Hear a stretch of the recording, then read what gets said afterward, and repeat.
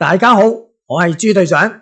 如果你哋睇過之前2集嘅影片，大概都會記得第一集係講有關於溫哥華嘅老人院其實有幾多種。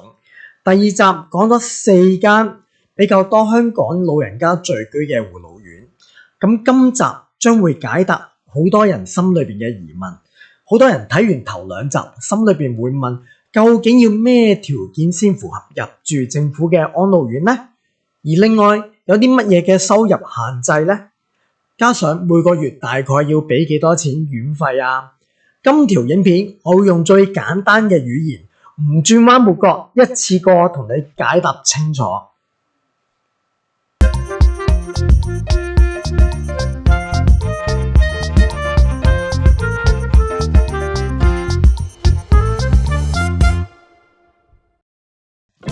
先講清楚一點先，我唔係護士，亦都唔係社工，我係做病人運送服務嘅。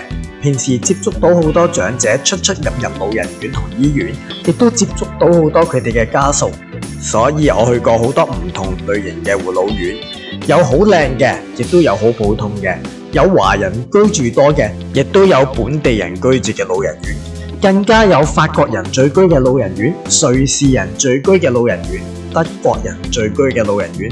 不過我集中講比較多華人聚居嘅老人院同埋本地嘅老人院，所以我今日分享嘅係實際運作嘅層面同埋常見嘅情況，並唔係法律意見，亦都唔代表任何院舍㗎。第一部分，入住條件。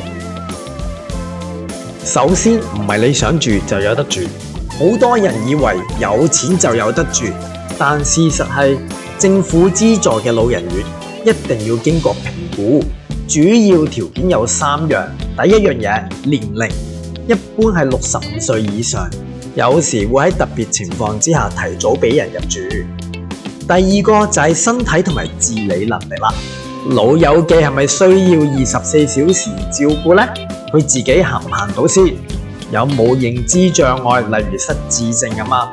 呢樣嘢係會由 Home and Community Care 或者相關部門做評估嘅。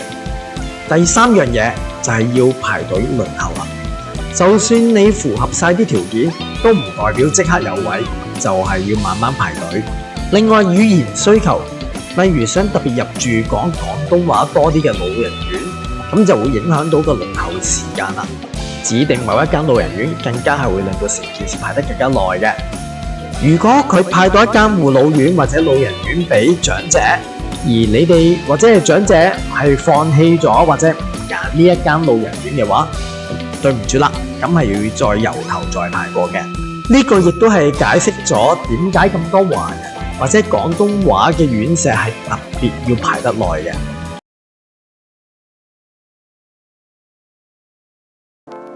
政府資助嘅老人院唔等於係免費㗎，護老院所收嘅費用係按收入計算嘅，唔係按你個銀行戶口有幾多錢。通常會係點樣計嘅呢？佢會睇每月收入，例如 CCP、OAS 有冇最低收入補助等等啦。呢幾個名詞就比較複雜少少。OAS 即係全額老年保障金。CPP 就即係加拿大退休計劃。GIS 即係保障收入補貼。呢3樣嘢都係會當為收入嘅。咁所以咧，如果老友記有攞呢3樣嘢，咁個收入就要再對一對翻佢嗰個收入限制啦。頭先都講過，佢係計你嘅收入，而唔係計你嘅資產，所以唔會因為你以前曾經有層樓就即刻拒絕你嘅申請。但係每個個案都會經過特別嘅處理嘅。一個現實啲嘅說法就係收入越低，每個月要繳交嘅月費就越少，但係未必等於排隊係特別快嘅噃。嚟到第3部分，大家最關心、最關注嘅就係究竟個院費係幾錢先？嗱，我就用一個範圍嚟到講，避免誤導大家。咁政府資助嘅安老院 Long-term care 大概每個月1000到3500蚊加紙左右啦。咁基本就包括咗3餐啦、基本嘅照顧啦，同埋個住宿嘅。咁私人房嘅話就更加需要額外申請，但係就唔一定申請到嘅噃。一般嚟講呢，正常就應該有2個人到4個人住一間房嘅。呢一個係最多家庭要求嘅選項嚟嘅，咁亦都係排隊排得最長嘅。好啦，另外私人護老院或者係退休社區，每個月大概係4000到6000蚊或以上不等啦。我見過有啲係1萬蚊或者係22000蚊一個月以上都有㗎。另外啦，講到語言、飲食、文化呢一樣嘢，未必個個人都啱嘅，咁大家就要先去做個 visit， 咁睇下嗰間院舍裏邊啱唔啱你哋，先至好決定邊一間私家護老院係啱你哋啦。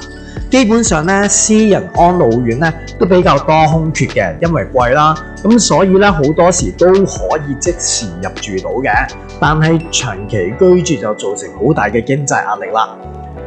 咁我都聽過有唔少本地人，咁佢哋年紀大啦，咁就將自己本身嗰層 house 嗰間屋拎咗去賣，咁攞翻筆錢就入住呢一個私人嘅安老院。咁住私人嘅安老院期間咧，亦都申請政府嘅安老院。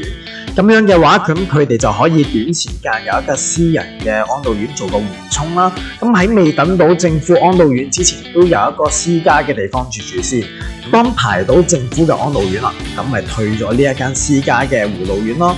如果你想了解多啲邊啲院舍比較多香港人居住，講廣東話環境究竟係點樣，我已經喺上一集講過4間比較多香港人居住嘅安老院，大家可以去重溫一下嘅。